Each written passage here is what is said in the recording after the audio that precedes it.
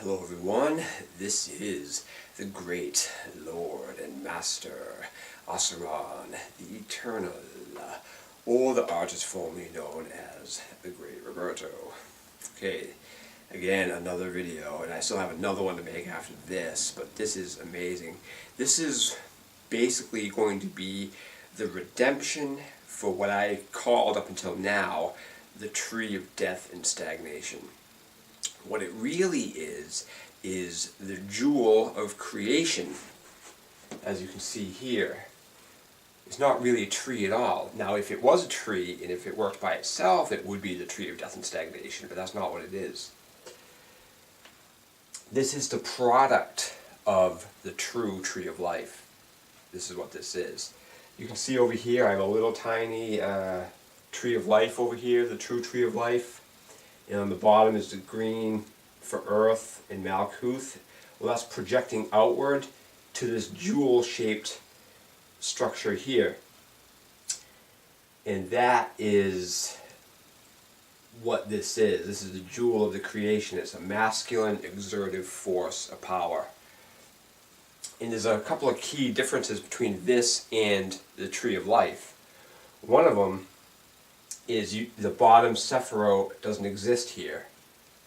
The 10th Sephiroth, what would be Malkuth over here, doesn't exist here, because this whole thing is the 10th Sephiroth, exploded. It's like an exploded view of the 10th Sephiroth. This is us. This is our life. This is what this is. This is a projection of our life. This is a projection of creation. And how well this is constructed is determined by the properness of the true Tree of Life, and how this is a direct result of what this becomes into. This is a living jewel. And you can see the Sephiroth don't change on this side of the equation.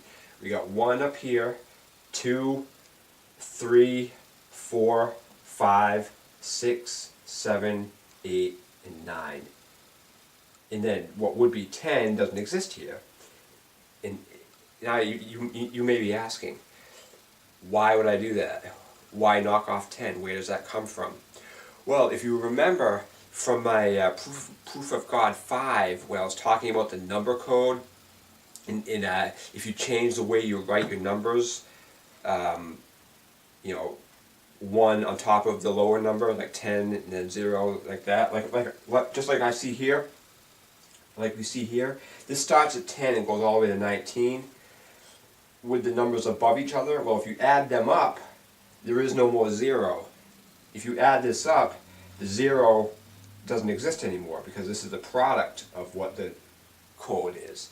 So now we see 1, 2, 3, 4, 5, 6, 7, 8, 9. 18 becomes 9, and then 9 and 1 starts the process over again, and the code keeps repeating like that, so the product doesn't use 0 anymore, except for maybe the initial 0, but that's it. In the finished product, it doesn't exist. It just keeps going 1 through 9, 1 through 9, 1 through 9, 1 through 9. And this is why this jewel of creation is constructed like that, so you don't use this. So now, if the 0 doesn't exist anymore here, then the 0 can't exist anymore in the tarot trumps either. So you take that out, and if the Sephiroth are reversed here, then the tarot trumps also get reversed here, or the tarot keys. I'm actually going to stop calling them trumps for several reasons, but because they really are keys. One quick note about the video I made just before this: I changed it. It was called the alternate Zodiac trump layout. I changed the title to the Tarot and the Lost Keys of the Zodiac. That is one of the most amazing videos I've ever made. It's actually perfect. That is the secret to the tarot, because everything's perfect. The math is perfect, and the numbers are perfect, and the pictorial symbology is perfect. As a matter of fact, my next video is a part 2 to that, because it's too important. There's so much there. Okay, so now we see, what some call the flaming sword pattern come back to life here. Now the tarot trumps go the opposite way in this case. So now we got in the up here changed a little bit too. So we got 1, 2, 3, 4. Now 5 goes back here. One quick note. Of all the tarot keys on this Jewel of Creation, there's 2 of them that stick out and are kind of unique to all the others. One of them is the Magician, which is 2.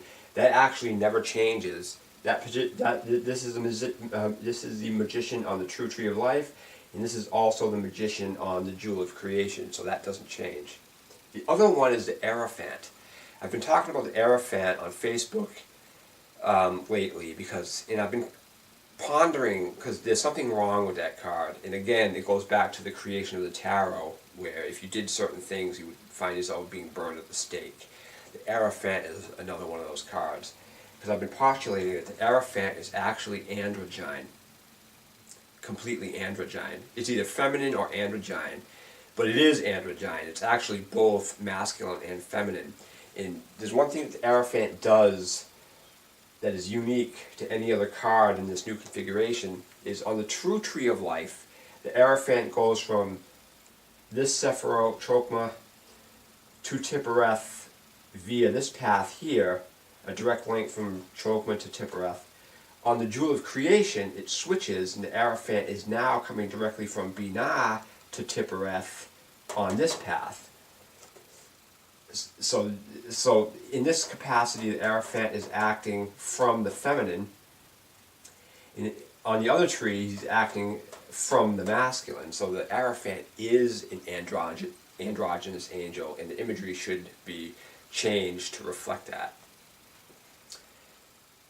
And conversely, the imagery of the Emperor, which is shown as an old man as well, should be changed. It should be a baby.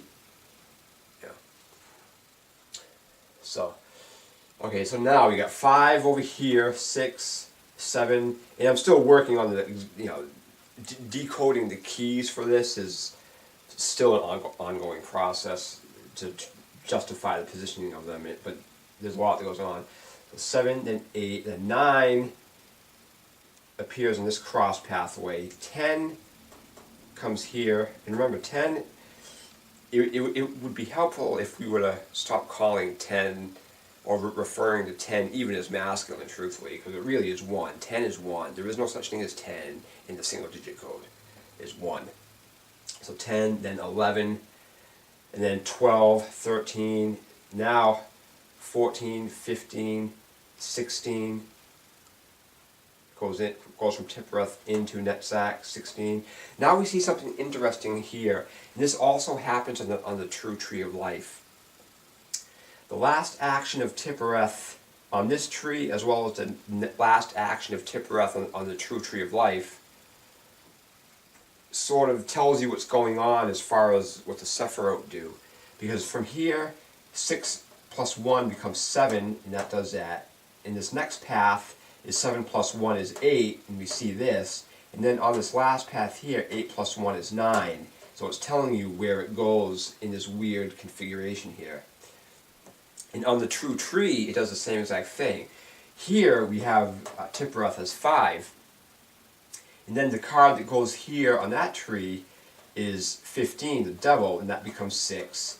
And then 16, the Tower, goes in this crossbar, which 6 plus 1 is 7 here. And then the next card, the Star, is 17, and it connects this path, and 7 plus 1 is 8, and this is 8 on the True Tree. Yeah, so there's a weird little sequence of sort of the pathways telling you what's going on when you do that.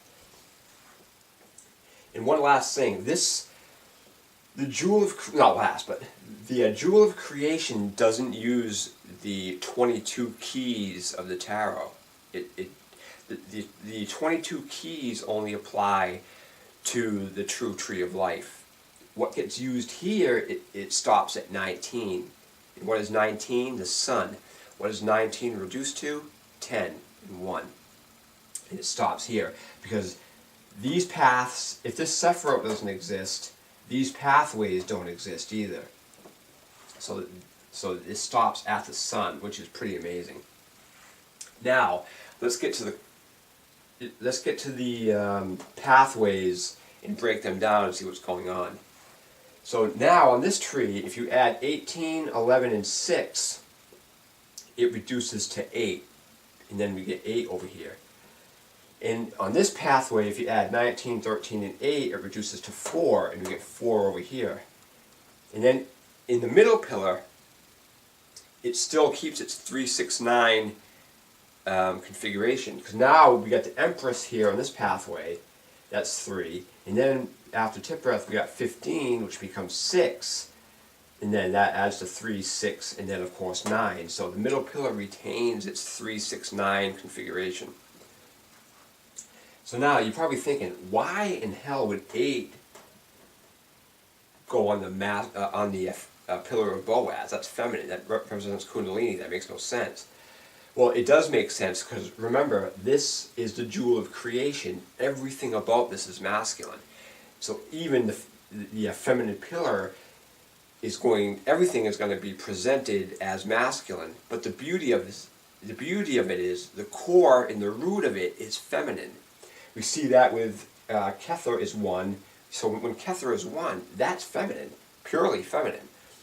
When you add up 8 and 4, what does that become? 12, which again is a masculine expression, but that reduces to 3. So this whole thing is rooted in 3. It has a feminine core to it. And now, as I explained in Proof of God 5, the tree of each of these worlds here, you got, remember it's still broken down into worlds. So you got this world, and then this world. Well, if you add up the Sephiroth in each world, it becomes 6, then 6, then 6, and then it reduces to 18, and then 9. Now you might be thinking, well, if there's no Sephiroth here, how do you get 4 worlds out of that? That's simple. This whole entire thing is Earth. Okay? This whole thing is Earth. Okay? Then the colors change as well. Now, because this is a creation of mind, air takes the supernal triangle. And because based on the true tree of life, remember, all of your actions should be filtered through the prism of beauty. So we see the water here at the heart of the tree, and then the action, the final result of it, is fire, the masculine expression. So this whole thing is earth, then we got air, water, and fire. Well, that coincidentally corresponds to the autumn quadrant of the zodiac, including including the exertive aspect of Virgo. Remember, Virgo is mutable earth, okay? And what is Virgo? Virgo is the gateway to the abyss, because it goes Virgo, then Libra, and then Libra is below the abyss. So Virgo is a masculine exertive aspect of the earth element, and what does that do? This whole thing is earth. Earth here is exerting out into this. Then you got the air of Libra. Then we got the blue, the water of Scorpio. And remember, that's cherubic. And then we got the exertive aspect again of Sagittarius, of fire. So that's how that works. I was trying to see if I got anything else to go with this. Yeah, I would like to keep this as brief as possible. Again, this is the thing, you have to play with numbers. So now, another aspect that shows the 10 aspect to this is if you add 18 and 19, I got that written down over here. If you add 18 and 19, that comes to 37, and that of course reduces to 10. So this whole thing is screaming 10. Now there's one thing I want to point out too. Over here, this circle thing here represents Tiphareth on both trees. So if you add up all of the connecting, all of the tarot cards that connect directly to Tiphareth, on the tree of life, on the true tree of life, it becomes 73. On the jewel of creation here, it becomes 82.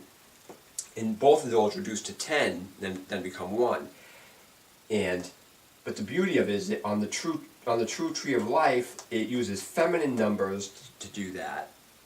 And on the Jewel of Creation here, it uses masculine numbers to do that. Not only are they masculine numbers, they are the spectrum of the masculine numbers. Remember, 2 is the primal masculine aspect, and 8 is like the completed, the most expansive and expressive element of the masculinity via 8. So that's what that's for.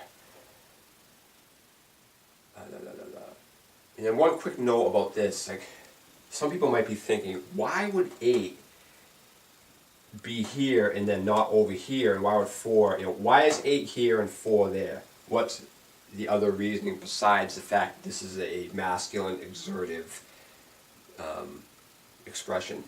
Well, it's sort of saying that this pillar over here only gets use of the elements for the elements. It doesn't have as much of an access to the elemental worlds as this does. That with the 8 being over here, that suggests that the aspect of Kundalini has more power than this. It's more complete. It's basically allowed to break rules that this can't break. So you got the 8 over here because it's more complete, it's more powerful, and you get 4 over here. That's one additional take on it. Yeah, so that's basically it with that. I mean, again, there's a lot of number play going on, but I think I got the key points to this out of the way. So this is the Jewel of Creation. This is a masculine construct. Oh, one thing I want to sort of get into what led me to this. And what led me to this was on the Tree of Death and Stagnation, when I was calling it that. This aspect here of 6, 6, and 6 it kind of stuck in my mind. It was bothering me because it was too fitting. Because remember, the true Tree of Life, all these worlds here reduced to 3, 3, 3.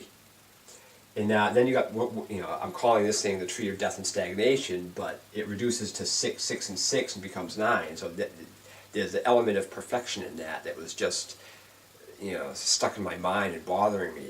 And then, so I was sort of, churning it there and trying to come up with something. And this is what I came up with, the Jewel of Creation. And then this 666 aspect shows that it's a masculine, dominant, exertive expression, just like our lives. As I've said before, our lives, regardless of gender, are masculine expressions of action. That's what we are. This world is about exertion. Well, this is about exertion. This is a living crystal. And, when it comes to crystals and the nature of life itself, I mean, there's a direct link to crystal structure in the number 6. Snowflakes. Every snowflake is basically a hexagon at its root, and then it's, it changes its variations within that parameter, but, so you're dealing with 6 aspects. Even the planet Saturn I think it's the South Pole, has a big hexagon right on that thing. And we see it in the way things grow, like beehives, honeycombs, they're hexagonal. So the hexagon in the material matrix here is huge. Well, this is what this is. This is the living crystal of the material world, is what this is, and it's demonstrated by the sixness of it. Whereas the true Tree of Life is the 3 of it, the birthing aspect of it. So yeah, so I'm guessing that's pretty much it. So thanks for watching, and namaste.